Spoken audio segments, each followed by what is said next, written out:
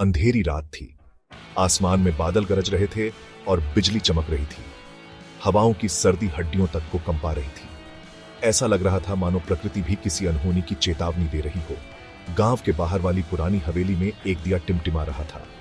हवेली की खिड़कियां टूटी हुई थी और दरवाजे चरमराते थे। यह हवेली सालों से वीरान पड़ी थी, लेकिन उस रात वहां कुछ अजीब हो रहा था।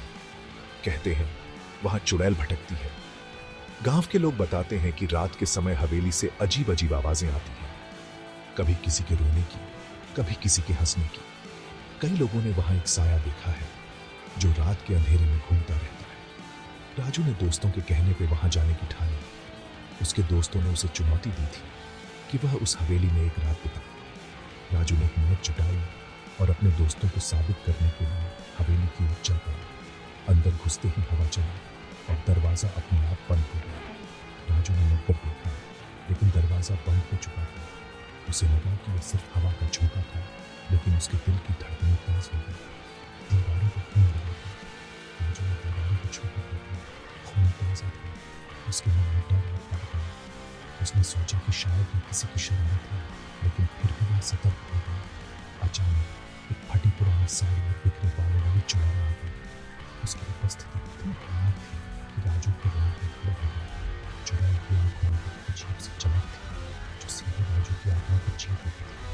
उसकी आंखें आग की तरह लाल थी। उन आंखों में एक अजीब सी क्रूरता थी जो किसी भी इंसान को पागल कर सकती थी। राजू ने उन आंखों से बचने की कोशिश की, लेकिन वह चुड़ैल की नजरों से बच नहीं पाया। राजू डर के मारे कांप रहा था, भागने लगा, लेकिन चुड़ैल अपने साथ नहीं, अब भी वही रह गया। उसकी नजर इतनी भयानक थी कि राजू के पैर थम गए। समझ नहीं पा रहा था कि क्या करे। उसकी हिम्मत जवाब दे चुकी थी। अगले दिन राजू नहीं लगा। उसके दोस्त और परिवार वाले उसकी तलाश में निकले, लेकिन हवेली के पास सिर्फ उसकी चप्पलें मिली। गांव में यह खबर आग की तरह फैल गई। सब लोग डर गए और हवेली के पास जाने से कतराने लगे। और हवेली का दिया टिमटिमा कर रहा। वह दिया मानो राजू की कहानी की जीत रख रहा था। गांव के लोग अब उस दिए को देखकर और भी डरने लगे थे। उन्हें लगता था कि वह दिया चुड़ैल की उपस्थिति का संकेत है।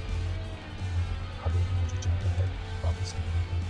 यह हवेली अब एक रहस्य बन चुकी थी। लोग इसे दूर से ही देखते थे और अपने बच्चों को वहां जाने से मना करते थे। हवेली की कहानी अब गांव के लोक कथाओं का हिस्सा बन चुकी थी। राजू की कहानी इतना हिस्सा बन गई। लोग रात को आग के पास बैठकर इस कहानी को सुनाते थे। हर बार जब यह कहानी सुनाई जाती तो सुनने वालों के रोंगटे खड़े हो जाते।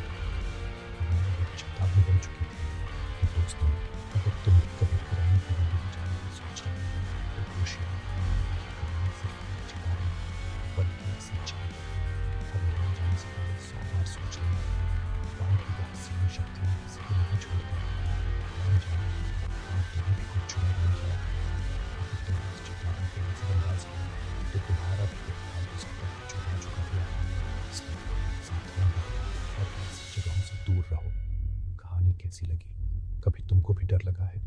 कमेंट्स में ज़रूर बताइए। हम तुम्हारी कहानियाँ सुनने के लिए उत्सुक हैं। हो सकता है तुम्हारी कहानी किसी को चेतावनी दे सके। वीडियो पसंद आए तो लाइक और सब्सक्राइब कर दो। धन्यवाद।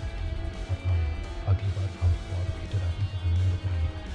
तब तक के लिए सुरक्षित रहो और डरावनी जगहों से दूर रहो।